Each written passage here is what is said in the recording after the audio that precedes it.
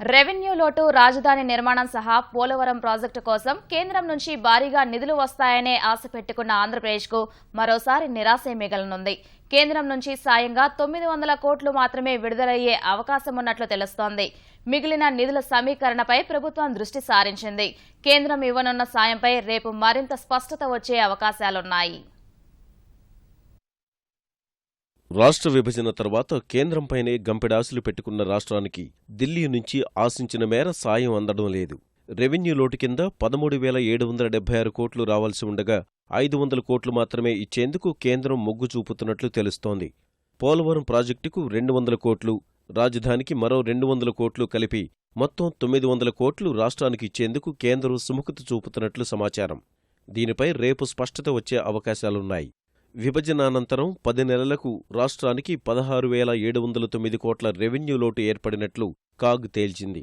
ఈ పద్దు కింద 2015 మార్చి 31న 2,303 కోట్లు ఇచ్చి ఆడిట్ నివేదిక వచ్చిన తర్వాత మిగతా సాయం చేస్తామని కేంద్ర ఆర్థిక మంత్రి అరుణ్ జైట్లీ ప్రకటించారు.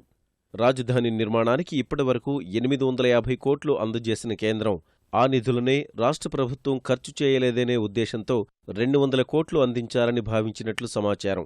పోలవరం ప్రాజెక్టుపై 2014-2015లో 1,952 కోట్లు, 2015-2016లో 2,485 కోట్ల రూపాయల్ని రాష్ట్ర ప్రభుత్వం ఖర్చు చేసింది.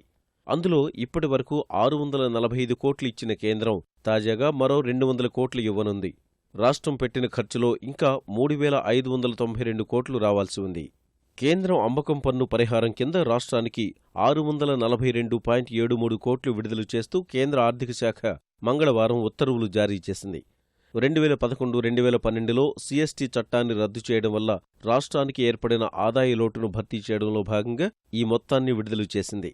విభజన చట్టంలోని హామీకి దీనికి సంబంధం లేదు. సిఎస్టి చట్టం రద్దు కారణంగా ఆదాయం కోల్పోయే అన్ని రాష్ట్రాలకు ఇచ్చినట్లుగానే ఏపీకి కేంద్రం వాటా పంచింది. దీని కింద 1,285 కోట్లు రావాల్సి ఉండగా అందులో సగభాగం ఇదివరకే ఇచ్చింది. మిగతా సగాన్ని ఇప్పుడు విడుదల చేసింది. ఇప్పటివరకు ఇచ్చిన పరిహారం మొత్తం తక్కువగా ఉంటే ఆ మేరకు వ్యత్యాసాన్ని త్వరలోనే భర్తీ చేస్తామని కేంద్రం భరోసా ఇచ్చింది.